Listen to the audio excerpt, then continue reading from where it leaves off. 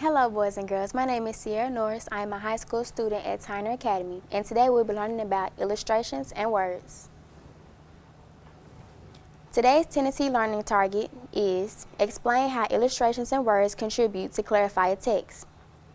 And today, our learning target will be I can use illustrations and words to understand the text. There are 4 seasons that occur every year: spring, summer, fall, and winter. Today, we will read The Snowy Day, which is about, as you can guess, winter. Alrighty. One winter morning, Peter woke up and looked out the window. Blank had fallen during the night. It covered everything as far as he could see. What do you think Peter woke up to? Rain, wind, or snow? If you guessed snow, you would be correct. After breakfast, he put on his blank and ran outside. The snow was piled up very high along the street to make a path for walking. What do you think Peter put on when he got out of bed? A swimsuit, a snowsuit, or a business suit? He put on a snowsuit. Blank, his feet sank into the snow. He walked with his toes pointing out like this. He walked with his toes pointing in like that. What sound do you think Peter's feet made when he walked in the snow?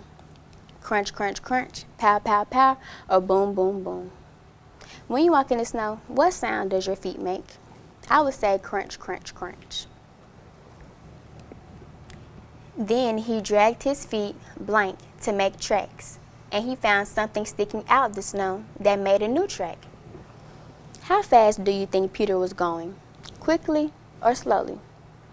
Look at the tracks. What do you think? He was going slowly.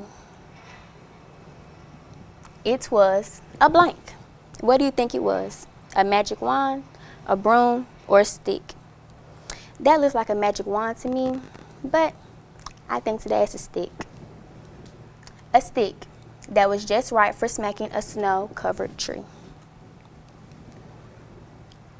Down fell the snow, blank, on top of Peter's head. What sound do you think the snow made when it fell on Peter's head? Plop, flop, or buzz? The snow went plop. Thank you, boys and girls, for reading with me. Now, here is Michael Watkins. Now that you have read a book about a snowy day, let's make a book together about a sunny day. Hello, boys and girls. My name is Michael Watkins, and today I will be making a book with you guys. The materials that you guys will need is piece of notebook paper, some yarn, 2 pieces of construction paper, a stick of glue, and a hole puncher, safety scissors, markers,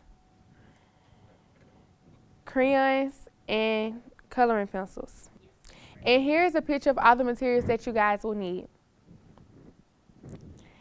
To begin with our book, you're going to get 1 sheet of construction paper and punch 1 hole into each of the ends.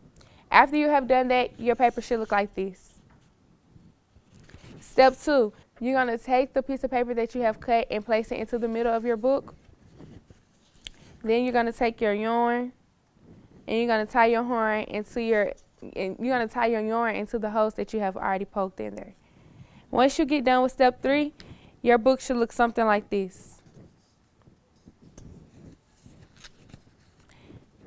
And you should be able to have pages in there. Step 4, now we're going to take a few minutes to come up with your title for your book. The title of my book will be A Sunny Day because this book is about summer. You're going to write your title on the outside cover of your book. Step 5, once you have done that, write 2 complete sentences on each page.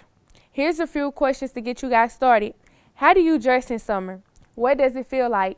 What is the temperature during summer? As you get started, think of those questions. Step 6, after writing each sentence, draw a picture that matches these sentences. For an example, I drew a picture of the leaves because it relates to fall.